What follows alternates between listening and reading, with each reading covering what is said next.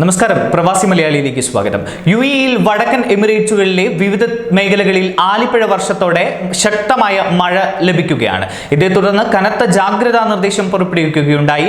ഷാർജയിലെ ചില പ്രദേശങ്ങൾ, റാസൽ ഖൈമ, ഫുജ്റെ എന്നിവിടങ്ങളിൽ ഉച്ചയോടെയായിരുന്നു മഴ ലഭിച്ചത്. ചിലയിടങ്ങളിൽ കനത്ത മഴയ്ക്കൊപ്പം ശക്തമായ കാറ്റും വീശിയതായി റിപ്പോർട്ട്. മലനിരകളിൽ നിന്നുള്ള നീരൊഴുക്ക് ശക്തമായതിനാൽ യാത്രക്കാർ ജാഗ്രത പാലിക്കണമെന്ന് അധികൃതർ വ്യക്തമാക്കി.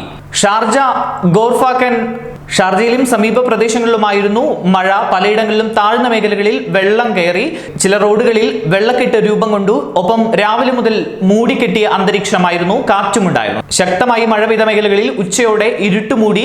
മോശം കാലാവസ്ഥയിൽ വാദികൾക്ക് സമീപമോ മലനിരകളിലോ പോകരുതെന്ന് പോലീസ് മുന്നറിയിപ്പ് നൽകി.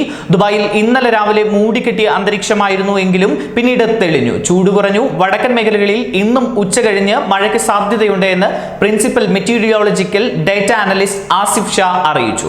തെക്ക് കിഴക്കൻ മേഖലയിൽ രാവിലെ പൊടിക്കാറ്റ് പ്രതീക്ഷിക്കാം. നാളെ അന്തരീക്ഷം മേഘാവൃതമായിരിക്കും. കാറ്റിന് സാധ്യതയുണ്ട്. ചിലയിടങ്ങളിൽ നേരിയ തോതിൽ മഴ ലഭിച്ചേക്കാം. ഞായർ പുലർച്ചെ മുതൽ മൂടൽമഞ്ഞിന് സാധ്യതയുണ്ട്. ഒമാനോട് ചേർന്ന് വടക്ക് കിഴക്കൻ മേഖലകളിൽ ശരാശരി മഴ ലഭിക്കും. ഒമാനിലെ ചില മേഖലകളിലും സാമാന്യം ശക്തമായ മഴ പെയ്തു. മുസണ്ടം, ഗവർണറേറ്റ്, ഹജ്ജർ മലനിരകളോട് ചേർന്ന മേഖലകളിൽ എന്നിവിടങ്ങളിലും മഴയുണ്ടായിരുന്നു. ന്യൂസ് ഡെസ്ക്, പ്രവാസി മലയാളി.